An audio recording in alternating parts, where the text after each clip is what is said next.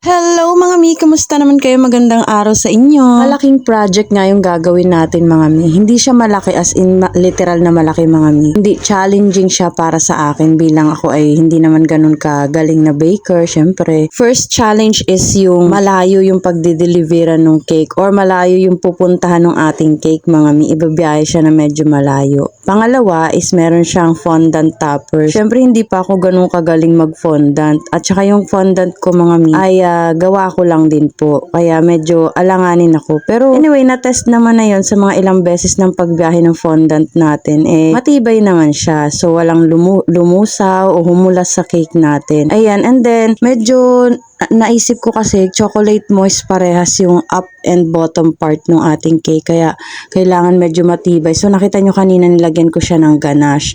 And by the way, ito po ay magkaibang color ng cake. So, ganyan po ako mag-stack ng cake. Hindi po magkasama silang lalagyan ng frosting. Kasi hindi po yun yung gamay ko eh. Ang gamay ko po is magkahiwala yung first and bottom tier. Or bottom tier at saka yung top tier. Magkahiwala sila na ifo-frosting. Tapos, tsaka ko pagpapatungin. Pagpapatungin.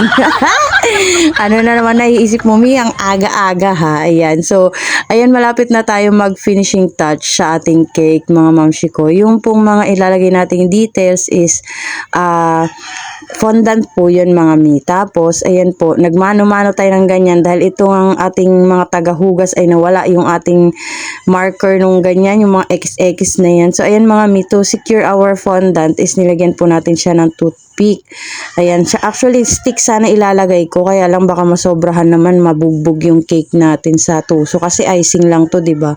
So, ano po, ideally dapat fondant talaga. Kaya lang ho, hindi pa ako magaling masyado mag-fondant ng full fondant cake. Yes, mga mi, aminado po ako doon. At hindi naman natin pinag-aralan sa TESDA yung fondant, no? Merong ibang course yung ng TESDA na para sa fondant, pero hindi tayo nakapag-avail. Ayan, so finishing touch na lang tayo mga mamshi ko. Sa design ay ginaya natin yung inspo ni client, pero yung color po is nagsuggest tayo na ibahin kasi parang na-off yung kulay dun sa inspo ni client. So lalagay ko po dito, pakita ko sa inyo. Ayan yung inspo ni client. So kaya nagsuggest po ako na ibahin na lang yung kulay ng ating bottom tier kasi para maging maganda yung diba, resemblance niya dun sa crown. At pumayag naman yung ating client sa ating suggestion bilang baker. Diba, syempre tayo nakakita kung ano magiging outcome nun. Ayan. So, tuwang-tuwa talaga ako dito at tawang-tawa. Sobra. 3 PM na. Hindi pa rin ginagalaw sa sobrang ganda. At nag-PM pa talaga yung mismong client natin. Thank you so much, Marjeline and Miss Bing Caballero.